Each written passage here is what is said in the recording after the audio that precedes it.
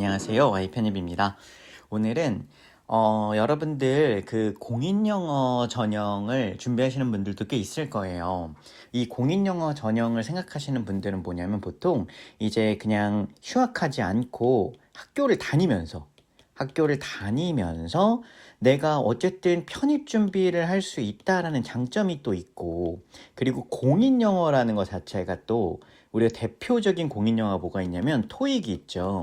이 토익 때문에 이 토익이 접근성이 되게 좋고, 그리고 그렇게 되게 어렵다고 평가받지 않고 있잖아요. 그러다 보니까 이 토익 전형 때문에라도 공인영어 전형 학교만 그냥 한두 개만 조금 넣어볼까?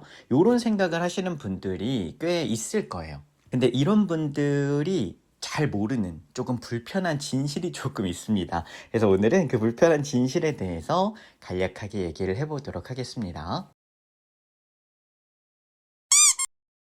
자, 우선은 공인영어 전형 편입이 뭔지 아까 인트로 부분에서 잠깐 말씀을 드리기는 했는데, 이게 뭔지는 조금 알고 가면 좋잖아요. 자, 그럼 이게 뭐냐면, 자, 일단은 대표적으로 토익이 있고, 그리고 두 번째로는 탭스가 있어요. 이 토익도 그렇고 탭스도 그렇고 이게 다 어쨌든 공인영어 전형에 속합니다. 그런데 많은 분들이 사실상 토익을 많이 준비하세요. 이 토익을 많이 준비하시는 가장 큰 이유가 난이도 때문이에요. 난이도. 이 난이도가 탭스가 조금 더 어려워요. 탭스가 조금 더 어려워. 그러니까 약간 편입 영어에 그나마 가까운 게 탭스거든요. 그러다 보니까 탭스가 조금 더 어렵고 토익이 조금 더 쉽습니다. 예를 들면 아니야. 이건 다른 데서 제가 다른 데서 토익과 탭스의 차이점은 제가 다른 데서 좀 얘기를 하도록 할게요. 자, 일단 오늘은 공인영어 전형 편입이 뭔지에 대한 얘기니까. 자, 그래서 이 토익이랑 탭스 둘 중에 하나를 선택하고 나면 이게 이제 1단계예요. 1단계. 대부분은 이게 1단계고요. 그리고 이제 2단계, 3단계 뭐 이렇게 진행이 되는데, 이 2단계에서 이제 면접 혹은 서류 혹은 전공시험 요것들을 보는 학교들이 있습니다. 자, 그러면 이 공인영어 전형을 하시는 분들의 대부분의 생각이 토익 혹은 탭스를 그러니까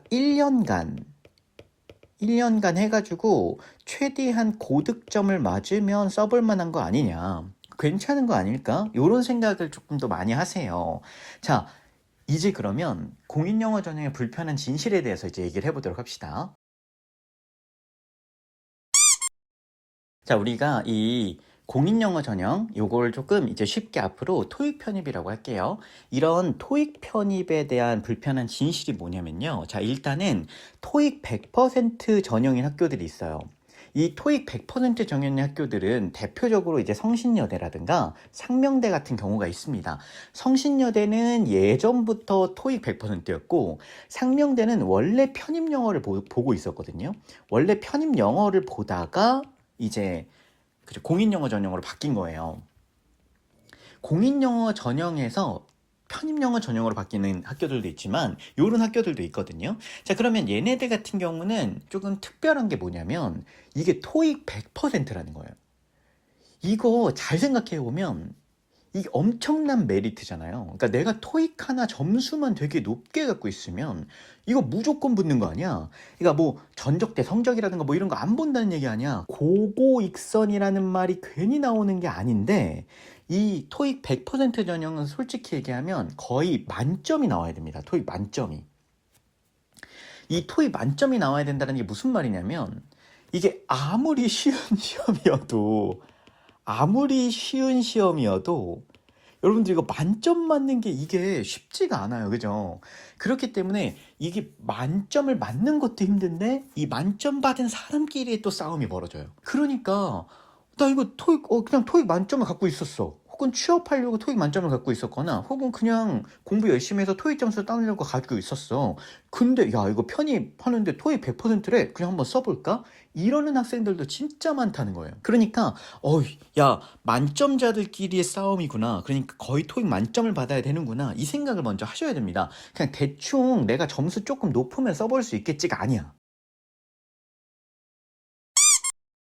그 여러분들이 보통 이제 면접이라던가 이게 그러니까 토익 편입 공인영어 전형에서는 이제 면접이라던가 그죠? 혹은 뭐 전공 시험이 있는 경우들도 있어요. 근데 전공 시험이 있는 경우는 그렇다 쳐. 이건 당연히 있어야 되는 거니까. 근데 이제 면접인 경우에도요. 보통 편입 영어 전형에서의 면접은 순한 맛이에요. 한마디로 인성 면접이에요. 인성 면접. 인성 면접이야. 그리고 어려운 질문을 하더라도 잘 몰라도 어느 정도 감안해 줍니다. 근데 이 토익 편입, 그러니까 공인 영어 전형 편입은요. 이 면접이요. 매운맛이에요. 한마디로 무슨 얘기냐면 이게 전공적인 얘기를 그죠? 전공적인 얘기로 면접이 진행이 되고 이 면접 점수가 굉장히 중요하고 까다롭단 말이에요. 그렇기 때문에 여러분들이 진짜 잘못 알고 있는 게 보통 준비하실 때 이렇게 준비하잖아요. 그죠? 토익을 한 1년간 준비를 하겠다? 이게 진짜 잘못된 거라는 거예요.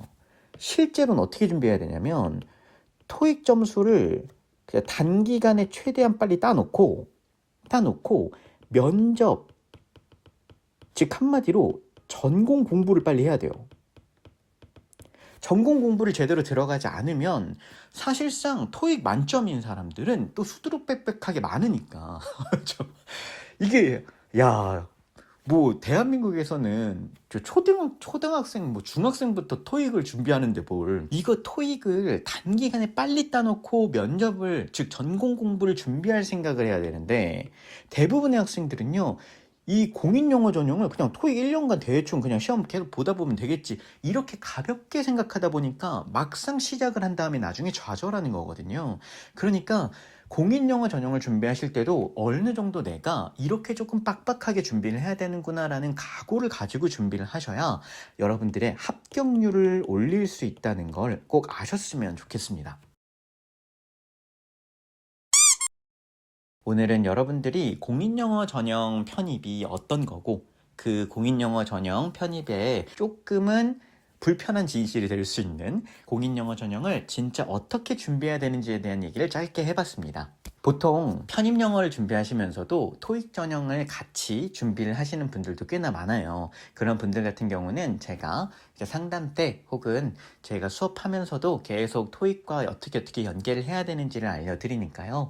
자세한 사항은 상담 때 문의를 해주셨으면 좋겠습니다. 지금까지 Y편입이었습니다. 감사합니다.